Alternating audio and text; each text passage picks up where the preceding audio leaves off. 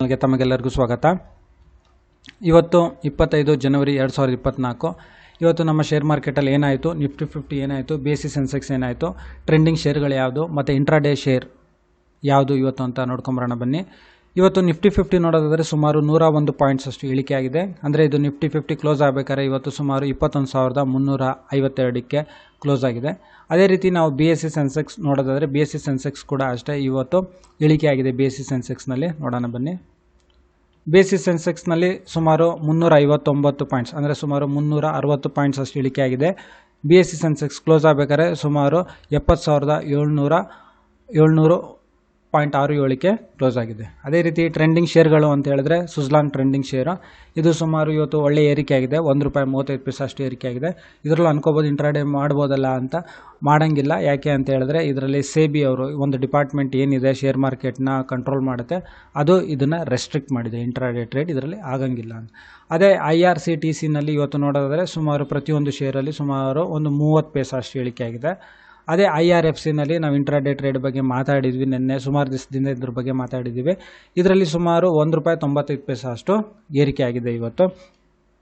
ಅದೇ ರೀತಿ ಈ ಇಂಡಿಯನ್ ರಿನ್ಯೂವಬಲ್ ಎನರ್ಜಿ ನೋಡೋದಾದರೆ ಇದರಲ್ಲಿ ಪ್ರತಿಯೊಂದು ಶೇರಲ್ಲಿ ಸುಮಾರು ₹8 ಅಷ್ಟು ಏರಿಕೆ ಆಗಿದೆ. ಇಂಟ್ರಾಡೇ ಟ್ರೇಡ್ ಬಗ್ಗೆ ಮಾತಾಡೋಣ ಇದ್ರ ಬಗ್ಗೆ. ಇದು ಇವತ್ತು ಒಳ್ಳೆ ಇಂಟ್ರಾಡೇ ಟ್ರೇಡ್ ಕೊಟ್ಟಿದೆ ನಮಗೆ.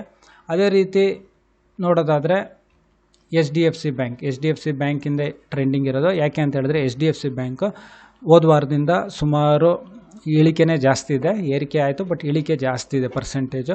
ಇವತ್ತು ಅಷ್ಟೇ ಸುಮಾರು ಒಂದು ₹21 ಅಷ್ಟು ಪ್ರತಿಯೊಂದು ಶೇರಲ್ಲಿ ಇಳಿಕೆ ಆಗಿದೆ. ಅದೇ ರೀತಿ ರೈಲ್ ವಿಕಾಸ್ ನಿಗಮ್ ನೋಡೋದಾದರೆ ಇವತ್ತು ಸುಮಾರು ₹3.10 ಅಷ್ಟು ಏರಿಕೆ ಆಗಿದೆ. ಅದೇ ರೀತಿ ನಾವು ಇವತ್ತು ನಿಫ್ಟಿ 50ನಲ್ಲಿ ಯಾವೆಲ್ಲ ಶೇರ್ಗಳು ಏರಿಕೆ ಆಗಿದೆ, ಟಾಪ್ ಗೇನರ್ಸ್ ನಿಫ್ಟಿ 50ನಲ್ಲಿ ಯಾರು ಅಂತ ಹೇಳಿದ್ರೆ ಬಜಾಜ್ ಆಟೋ ನೋಡ್ಬೋದು. ಪ್ರತಿಯೊಂದು ಶೇರಲ್ಲಿ ಸುಮಾರು ₹384.65 ಅಷ್ಟು ಏರಿಕೆ ಆಗಿದೆ.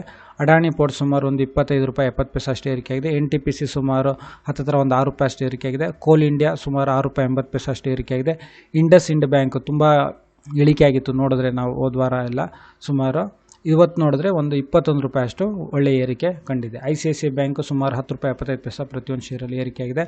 ಅದೇ ರೀತಿ ಬೇರೆ ಶೇರ್ಗಳು ಅಂತ ಹೇಳಿದ್ರೆ ರಿಲಯನ್ಸ್ ಇಂಡಸ್ಟ್ರೀಸು ಸುಮಾರು ಇವತ್ತು ₹18 ಅಷ್ಟು ಏರಿಕೆ ಆಗಿದೆ. ಸ್ವಲ್ಪ ರಿಲಯನ್ಸ್ ಇಂಡಸ್ಟ್ರೀಸು ನೀವು ಗಮನಿಸ್ತಾ ಇದ್ದರೆ ಇದರಲ್ಲಿ ಒಂದು ಟ್ರೇಡ್ನ ಚೆಕ್ ಮಾಡ್ಕೋಬೋದು. ಟ್ರೇಡ್ನ ನಮಗೆ ಆಪರ್ಚುನಿಟಿ ಸಿಗ್ಬೋದು. ಅದೇ ರೀತಿ ಬಜಾಜ್ ಫಿನ್ಸರ್ವ್, ಮಹೇಂದ್ರ ಆ್ಯಂಡ್ ಮಹೇಂದ್ರ, ಬಜಾಜ್ ಫಿನಾನ್ಸು, JSW ಸ್ಟೀಲ್, ಹಿಂಡಾಲ್ಕೋ ಇಂಡಸ್ಟ್ರೀಸು, ಗ್ರಾಸಿಮ್ ಇಂಡಸ್ಟ್ರೀಸ್ನಲ್ಲಿ ಇವತ್ತು ಏರಿಕೆ ಆಗಿದೆ. ಇವತ್ತು ಇಂಟ್ರಾಡೇ ಟ್ರೇಡ್ ಯಾವುದು ಅಂತ ಹೇಳಿದ್ರೆ ನೋಡೋಣ ಬನ್ನಿ. ಯಾವುದು ಇಂಟ್ರಾಡೇ ಟ್ರೇಡು ಅಂತ.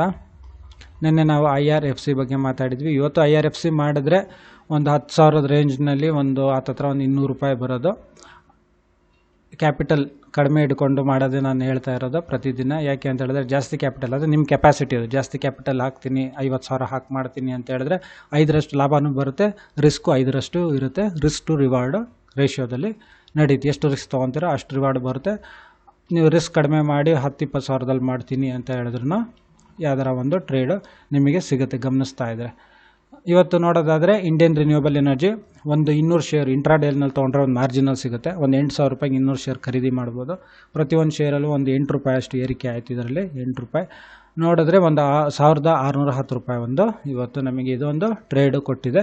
ಅಂದರೆ ಮ್ಯಾನೇಜ್ ಆಗುತ್ತೆ ಒಂದು 10,000 ರೇಂಜ್ನಲ್ಲಿ. ಇವಾಗ ಮ್ಯಾನೇಜ್ ಸುಮಾರು ಒಂದು 2,000, 3,000, 1,000 ಬಂತು.